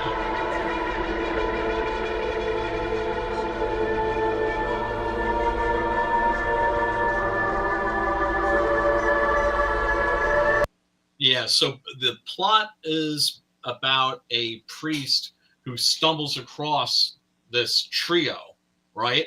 Of like badass, gangster ass fucking exorcists, and sees one of them die. And as he's dying, he's looking in this guy's eyes, and it's very clear. He's like, "You're my replacement." And so he falls in with them, and you start to you sort of experience their world and this world of it's basically the Catholic mythology mixed with Lovecraft, right? Which are against each other, are in opposition, because Lovecraft's universe has always been an atheist universe. Yeah. Roll gauge. Oh, yeah. This is a scene where this dude is just beating on this fucking demon. Dropping those motherfucking bees on him, gangster style. Yeah, it makes me, you talking about like gunslinger kind of guys. It makes me think of the dudes from John Carpenter's Vampires. Just like. Yeah.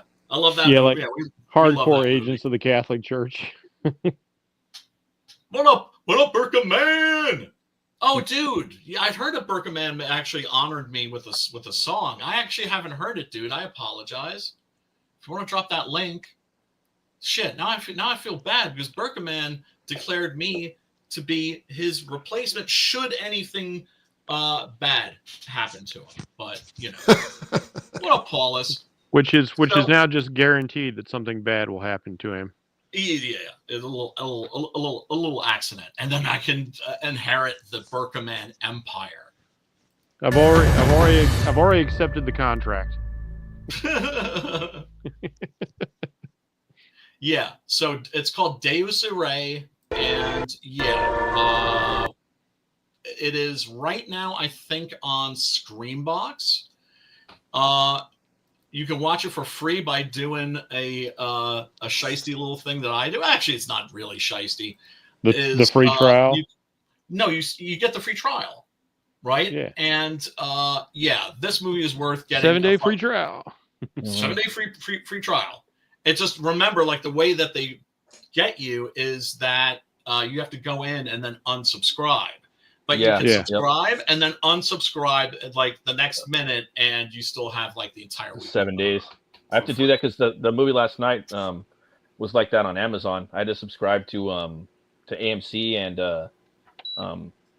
Shudder, I think. Oh yeah.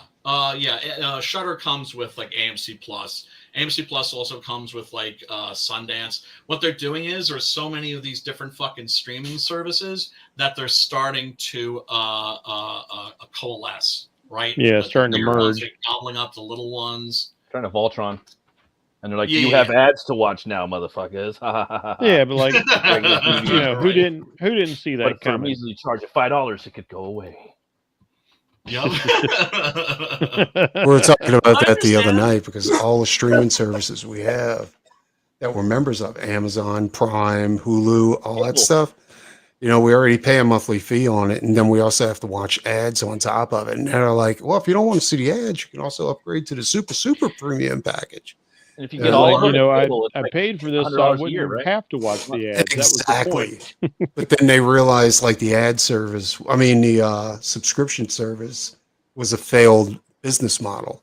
So have you guys not heard of an ad blocker? I watch Tubi, anything without any commercials. On your screen television? Is that what you're talking about? Yeah, because I just stream like my computer. No, we don't. Yeah, we don't go through all that. I didn't realize ad blockers work on those streaming channels. Exactly. You gotta fucking go through your computer because then you can do all kinds of shiesty shit. It's not spam ads. It's commercials. Yeah, it's literal commercials that you're watching. Yeah. What's Berkeman saying here? It's definitely going to happen. Probably after I release a meme about Lord Raptor Jesus and his love of Chuck Tingle. Oh shit. Oh my god, dude's a fucking genius.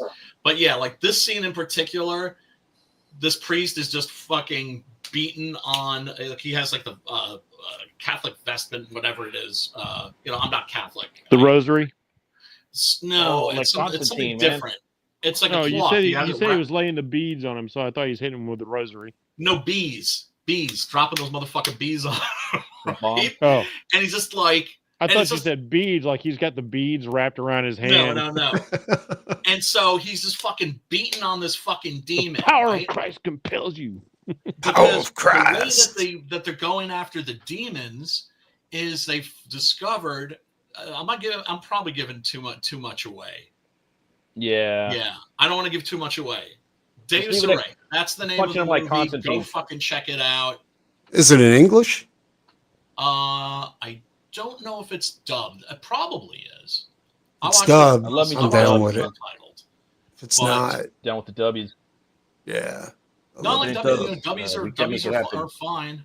But Preston, don't go outside no more, and he don't read subtitles. It probably is dubbed or has a. I'm trying to read it. I can read. What's fucked up? Sometimes I have to have the subtitles on while I'm watching a movie. You know what I'm saying? Like even if it's in English, like I'm just like. Well, dude, you've got dyslexia too, so you need the. Yeah, exactly. That's what I'm saying. Dude. Like sometimes I'm just like, "Fucking, what are you saying?" And I'm like, I do get like that sometimes because like people talk fast or like whatever accent they're using is like really thick. It's like, all right, exactly. Yeah. I turn on the subtitles for just that bit, and then turn them back. Well, the Irish are very Shakespeare movies. I got to like an Irish. The Irish brogue is heavy in a lot of these movies, and you're like, "Oh, like a Snatch, man." People saying, "Yeah." You're like watching Snatch. You're like, "What's Bradley Pitt saying?" Yes, indeed. Bergman knows his music, of course. So yeah, everybody, this is on Screenbox right now. I highly recommend it. Be aware that at the end of the movie, if it feels like things aren't finished, that's because this is, I think, intended to be like a trilogy or something like that. Okay, cool. Okay. It's pure pulp goodness. That's what it felt like to me. It felt like the horror, the film version of like a horror pulp. Oh, okay. Yeah, a lot of fucking weird tales shit in there, and also just fucking Exorcist badassery. Did you hear the Okay, director? I do like my weird tales now. Did you hear the director of Evil Dead Rise is doing The Mummy? I like weird tales too. Like you seen those new tales where they actually inject silicone in them and they're just really, really big. Oh shit! Their hips are like really skinny. Like it's crazy. It's weird as fuck. In the early 90s, man. The BBL on the BBL on the BBL. I don't know what it's called. Like I think they have It's called implants. hideous, is what it's called. Like one chick, she actually has a valve on her butt, and she just pumps it up to the desired size. Damn, like the old. A little Oh my god! Don't mock butt implants, man. Don't mock butt implants. I have like no ass. Like the fucking Subway. You can now for the right price. You can definitely. We really do not. We do not deserve to continue to exist as a species. No, we don't. My girlfriends always used to call me like the buttless wonder. I just got some gas implants. Like they're like the New York City subway train seats. They're made out of this hard plastic. I can't it's like fucking. I'm in pain after fucking. Oh no, dude! I'm with you. I got no fucking bone on skin. What I would love would be if they could suck the fat out of my man boobs and my gut and then just transfer it to my ass. Yeah, I'm with you. I got no meat on the backside. It's all just bone, man. Fucked up, man. It's fucked up. And this the older you get, what was that? the more it fades. It's like the older you get, the more it fades. I know. It sucks. This is a trailer for a movie that Matt pointed out to me yesterday called Presence. Yeah, Presence. This is written by David Koepp, who, if you go on IMDb, he's written like 1 billion fucking movies. And the idea for this is pretty cool. The central conceit is that it is a ghost haunted house movie from the point of view of the ghost. Ooh. And I'm assuming the whole thing is in first person. There have been scenes like that in Amityville Horror 2, for instance, right? That which is a very Italian movie. It is directed by an Italian director and has an Italian producer and everything. There's a moment in that's genuinely eerie where you realize that you're looking from the point of view of the demon. And so this is evidently all from the point of view of. I can't remember what it was. I did a mini review on X of it's a slasher flick, but it's from the point of view of the killer, and he's not first person. It's third person. You're kind of like a video game mode. Yeah. But that was pretty interesting watching it from like that context. It's in a violent nature. Yes. That's it. I still got to watch that shit. Damn. It's good. It's good. I recommend it. Yeah, it's basically Friday the 13th, but like from the point of view of Jason Voorhees. Yeah. And interesting little factoid, the guy who directed it said that their actor that was playing, the Jason Voorhees character, he, basically, a undead slasher, that the actor got hurt or something like that. Something happened where they couldn't use him anymore. Wow. And so then he brought in a new actor and he liked what he was doing, but they didn't sync up. And so he had to so they went and reshot all his movie stuff, with this new actor, even though he's wearing a mask and then makeup under the mask and everything. That's a very good movie. Basically, like they're like, you suck. So one ain't got somebody. I mean, it happens sometimes. Like, look at what happened with V for Vendetta, and I still can't. Even watching that, I still can't tell which parts have the original actor and which have what's his name from the Matrix Hugo in there. Weaving. Hugo Weaving. Thank you. Yes. So they did a pretty good. But knowing Hugo, he probably like studied how that guy was moving. It's like, okay, I'm going to incorporate that into what I'm doing. I never knew they that. Could have anybody voicing V though. I mean, it's you never see his face. Yeah. No one can kick your butt if you've got no butt. Yeah, I wish I had that problem though. I wish I had that. Dude, seriously, be me and sit on one of those fucking New York City subway train seats. And you got the dire agony. The no acetol. No acetol. That's right. Acetol. Yeah. Well, I'm the negative badonkadonk. What's it like? It's better to have no acetol than to be cursed with smallcocks. Almost definitely. Do that. Small cock syndrome. That's that's Don't that club. Irish curse. The Irish. Well, I'm curse. German. I shouldn't talk. We don't fare much better. I never had anybody die. Scary. And it goes on. Yeah, and this is by Steven Soderbergh. I have to say, this trailer has a really sinister. Yeah, I like the vibe. What do you mean? He don't really fuck with horror that much, though. Sometimes I know, people that don't fuck which with is horror, they interesting. usually like Fredkin stuff. Like they make some gems, right? Mm-hmm. Yep. Well, I mean, and you look at a director like Kubrick, for instance. He wanted to make a science fiction movie, and he ended up making 2, and wanted to make a horror movie. As a comic book writer, I want to do crime comics. I want to do a sword and sorcery comic. I want to do horror comics. I've got kung fu comics. I got a long fucking list of genres I'm ready to fuck with. Mm-hmm. Like, Me too. the world cracks apart.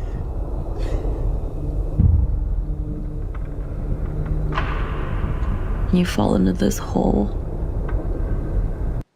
Yeah, you can tell that the lighting in the house too is really sinister. It's lit like a horror movie. And the sides are mud. And you can't get out. Yeah, you can just kind of feel that eerie menace in there. You wonder where they are. Running around. But this is also brilliant because I'm not really the idea of death doesn't scare me really that much. The idea of being a ghost scares me, right? Because shit, when I shuffle off this mortal coil, I want to say, fuck all y'all and go someplace better. Oh. But what if you're just the idea of a ghost is it's an echo, like an echo of what you used to be. Well, he's saying like or if you're like a This if is you're a a soul, ghost clearly. in this context, if you're like stuck here, yeah, and like this is my eternity, just watching everybody else till they die, that would suck. Oh yeah, That would be horrific. I wonder what happens though, like if And you you're wonder stuck what here it'll be and you like. have to watch everybody for eternity, and then the Earth blows up, like do you just drift around in space? Yeah, or Well, I like think the about idea, it. like- Every time you masturbate, you have no idea who the fuck is watching. If you were there too. Well, let's turn that around.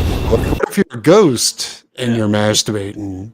So like you could be walking around, ghosts could be masturbating on your face I like like the whole the, time. It's like, I hadn't thought about that.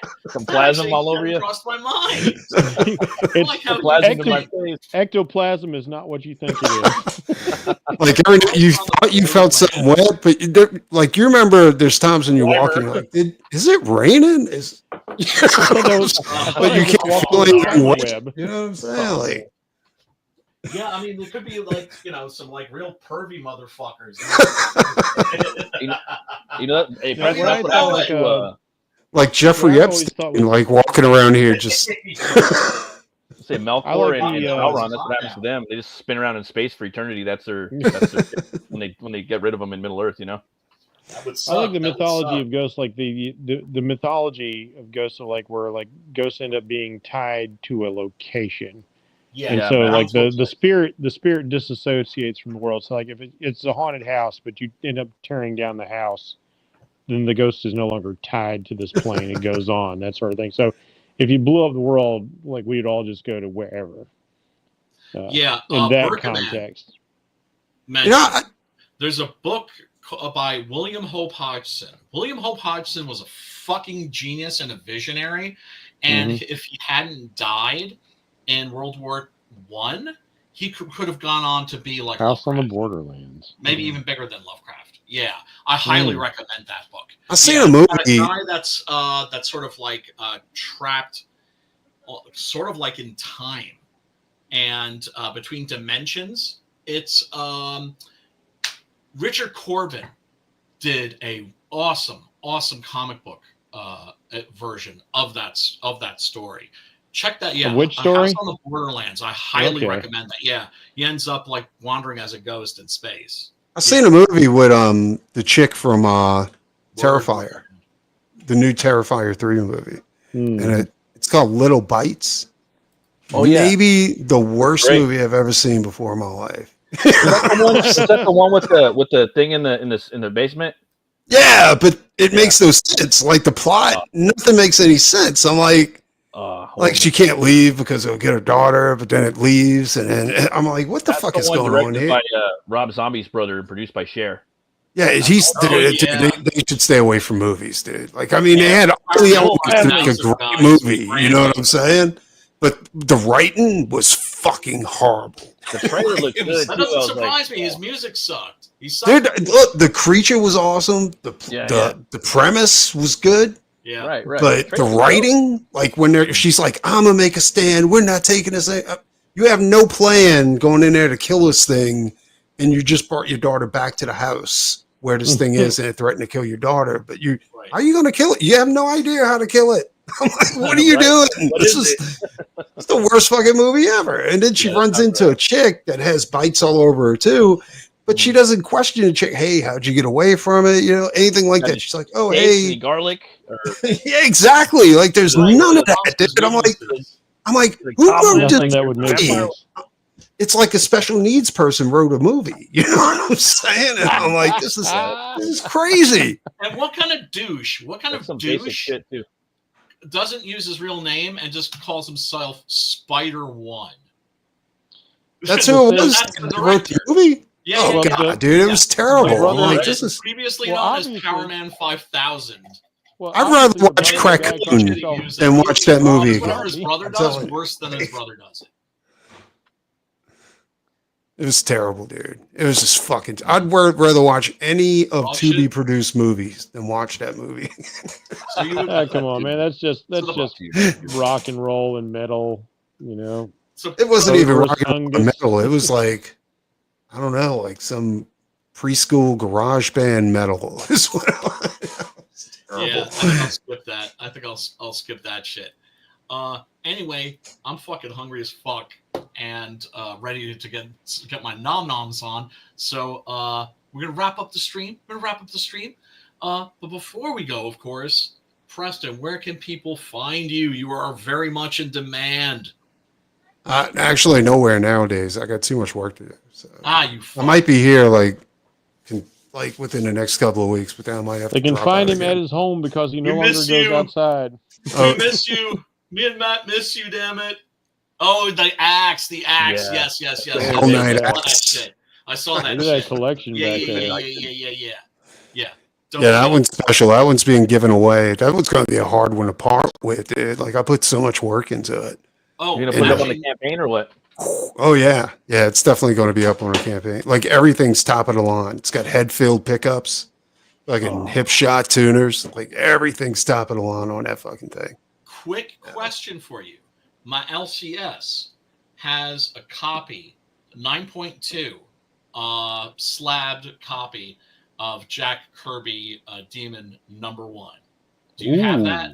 Yeah, I got it. I got the whole collection of the Demon. Okay, all right. I bought it from a lady. I got that, Miss the Miracle. I got a bunch of books from this chick. I bought it from a lady that was selling her husband's collection because she wanted her room back in her house. Just to make space. And I was like, let's make a deal. And she's like, okay. That poor woman. Everything was perfect. Like, it was pristine. These copies. Exactly. And she's like, no, I want my room back so I can do crafts. I was like, lady, I agree. You should get your room back. I think you should give them all to me for free. Yeah. I was like, let me help you get rid of these books. Hell yeah. Jesus I support your endeavor. Well, like, one of the best stories that was like that was our boy Hex Allen said that like a guy at work was just like, yeah, I've got these things, like these movie cells. He's like, yeah, what from? Honestly, that's something called heavy metal. And he's got like fucking cells, I think, from like the Tarna. Yeah, seen them. Yeah, it's crazy. Like, you motherfucker. He left out, man. You don't need those. That's trash. I'll look at like that. I'll tell you. Gotta love shit like that. Matt, I came across something pretty cool to. Oh, what? Go on. Matt, tell these fazools where they can find you. You can find me here on Sundays now. You can also find me on my channel, Metal Movies and Brewskis, Saturday nights at midnight Eastern time. And that's my channel. And I'm on X at Runecutter Comic. And that's it. Yeah. Thanks, Brian, for having me on. Hook this brother up with some subs too. I mean, hook this brother up with some subs too, but also hook this brother up with some subs.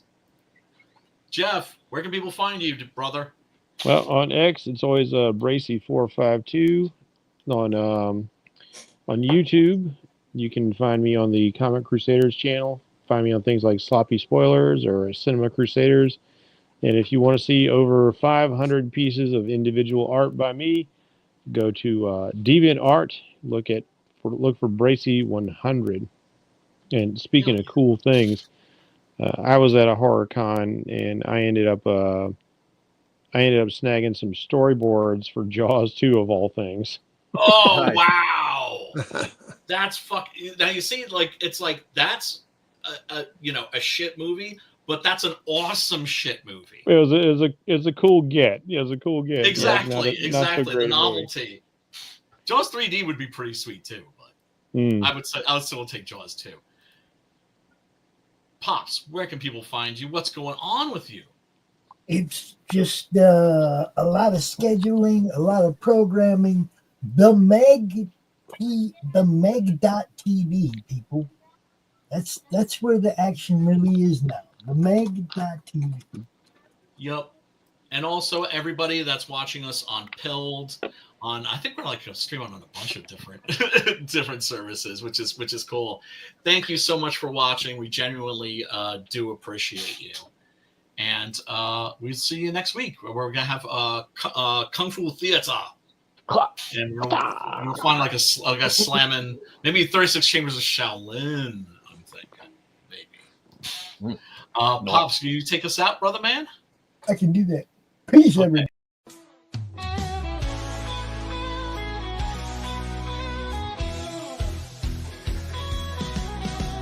Click on the tube and feel the vibe. Every show you crave right here live. Heroes and villains clash in the night. Madness Comic Network sets it right. Scroll through the list, find what you need. Epic battles and fast-paced speed. From capes to cosmic space delights. Tune in and watch your favorites ignite. On Facebook, share the thrill so grand. On X, the buzz across the land. Madness Comic Network all around. In every episode, joy is found.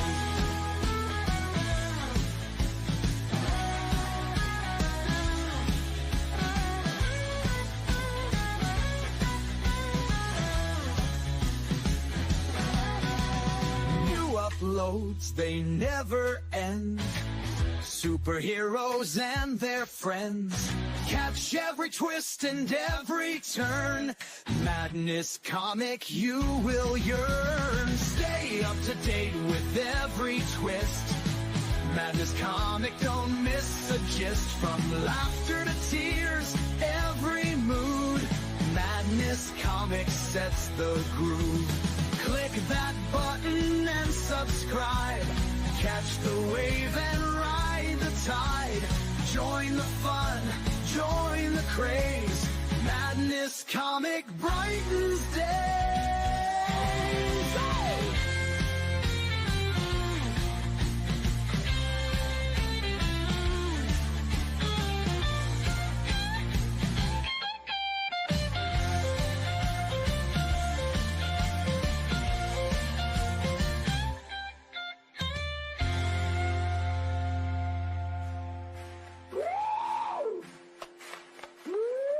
New uploads, they never end.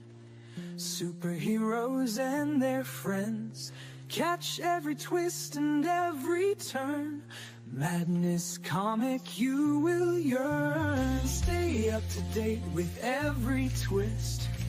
Madness Comic, don't miss a gist. From laughter to tears, every mood. Madness Comic sets the groove. Click that button and subscribe.